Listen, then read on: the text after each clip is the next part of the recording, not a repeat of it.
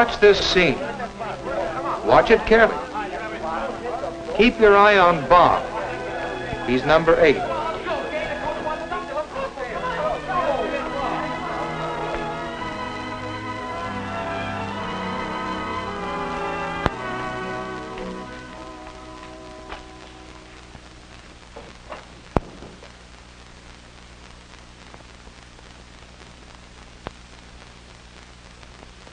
What did you see?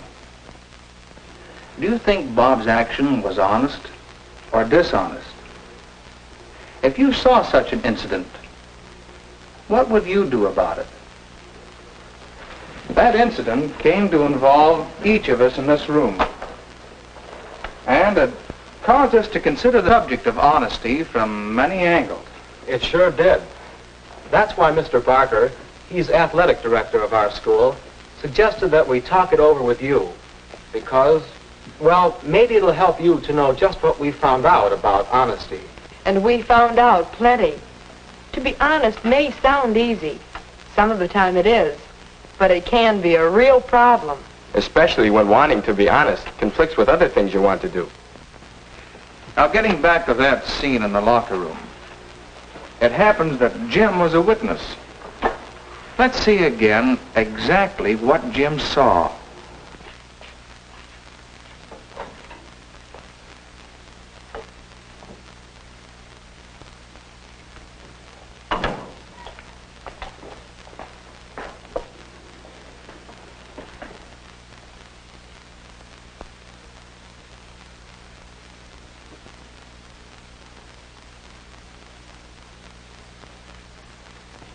Well, what would you have done?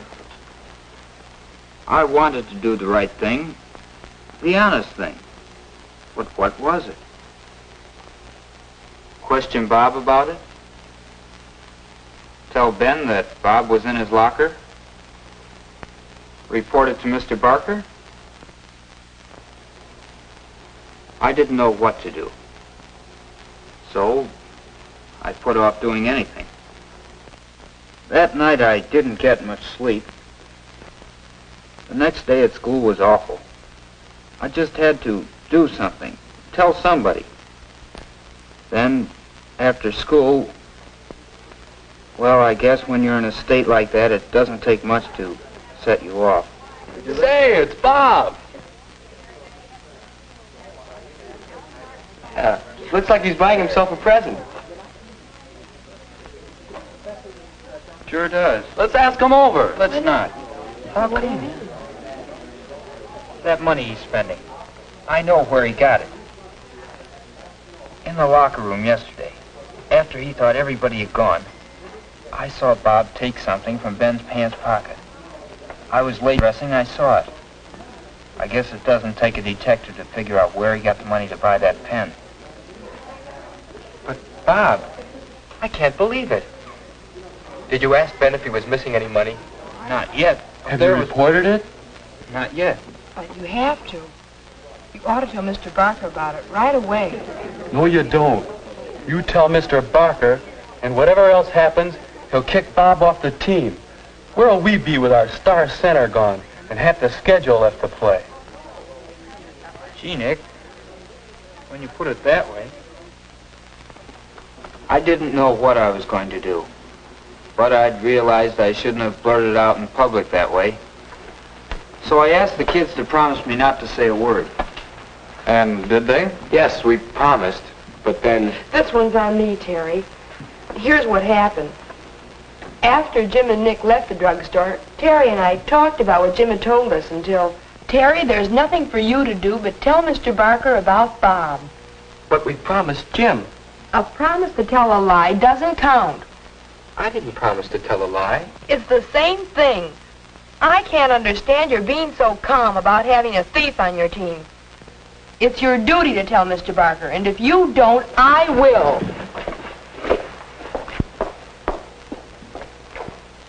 Well, there I was, wanting to be square with Jim, but, well, I didn't want Rose mad at me, and it did seem dishonest to conceal a thing like that.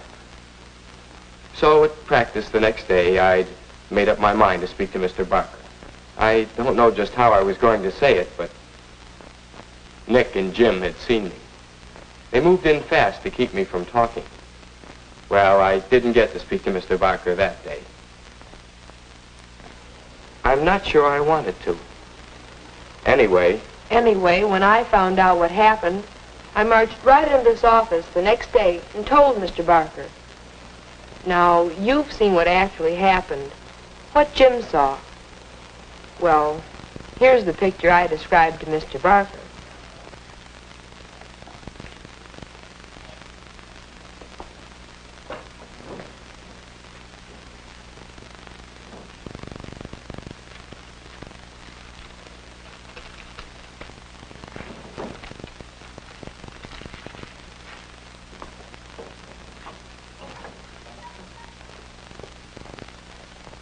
That's the picture I gave Mr. Barker.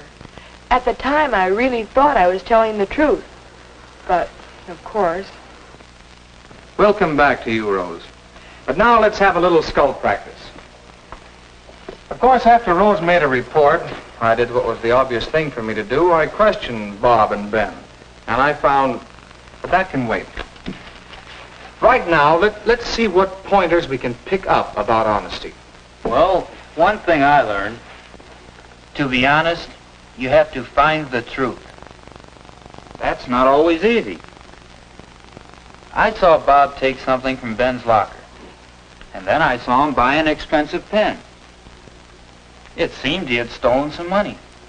But you didn't know I'd stolen it. That's right. And you didn't even give me the benefit of the doubt. No. You should have asked yourself some questions, Jim. Is it logical to think that Bob would steal? Does it jive with your past experience of the way Bob operates? Jim, your physics teacher might say that you formed your hypothesis and jumped to your conclusion. You skipped that all-important part of testing your hypothesis. Sometimes it takes a lot of testing to find the truth. But now can we draw up another general principle about honesty? I'd say the next step is pretty obvious. Tell the truth. Is it that simple? No, I don't think it is simple. And certainly the way I described Bob slinking in and taking the money, that wasn't the truth. At least, not the way Jim told me the story. Maybe it was my fault. I wasn't careful to tell you exactly what I saw. Let's call it express the truth. We mean being careful that what you say is the truth. And also being careful when you talk about a thing, being sure that people understand what you mean. but there's something more to being honest than just telling the truth. When I promised Jim not to say anything, and then went to you intending to talk, wasn't that dishonest? And what about me? Maybe I wasn't honest when I broke it up and wouldn't let him tell. We said at the start that honesty often involves conflicts. Let's think back. It seems to me, Terry, that your intentions were honorable. Your conflict was between your pledge to Jim and your own sense of doing what was right. You believed you were doing the right thing, but Nick stopped you. There's a good deal to be said for his intentions, too. He was thinking of the good of the team. Not that I'm saying he was right. If it ever came about that we had to harbor a known thief on our team in order to win games, I guess I wasn't thinking very deep, but I could just see the whole season blowing up in our faces. Maybe inside, I didn't really believe Bob was a thief. inside, I think that's the clue to this bigger thing we're seeking. How's this? Know yourself. Examine your motives. Know what you're doing and why you're doing it. If your intentions aren't honest, then your deed can't be completely honest. I guess this is the time for me to explain my hypocrisy. When I came in to tell Mr. Barker about Bob, I started by saying certain things. What I said and what I was really thinking were two different things. It was something like this. Mr. Barker, there's something you ought to know about one of your boys. There's something I want you to know about one of your boys. The boys won't say anything, so I feel I must be honest and tell you. I wish I didn't have to be the one to tell, but I want to be sure that you find out about Bob Foreman. And when you do, I can just see it. You'll kick Bob off the team, and Terry will become the regular center. My Terry. All he needs is a chance.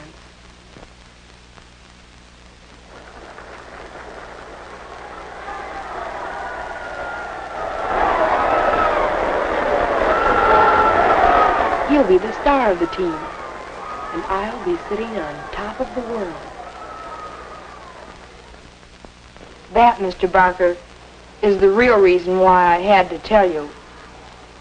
Whether or not I thought I was telling the truth, my motive being what it was, I was not being honest. Thanks, Rose. This hasn't been easy, I know. But you've learned a lesson. A lesson in honesty. Honesty to yourself and honesty to others.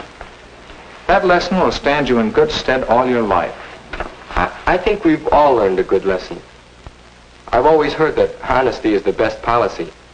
Now I'm catching on to why that's so. It isn't always easy to be honest. But when you have a problem involving your own honesty, it'll help you to remember these 3 pointers. Know yourself. Be sure of your intentions, the motives behind what you're doing and saying. Find the truth.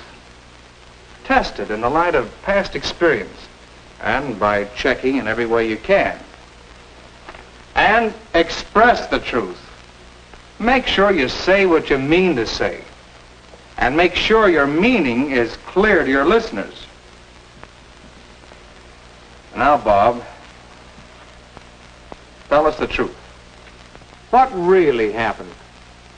Well, as for that fancy pen, I'd wanted just such a pen for a long time. And I bought it with money my aunt gave me for my birthday. And as for what happened in the locker room, well, it was this way. As soon as I finished dressing, I headed out into the gym. Then I remembered something and came back. I looked around for Ben, but he wasn't there. So I went to his locker. You see, Ben had been doing sound effects for the school radio program that morning, and he had borrowed something we'd need in practice. That's all. Honest.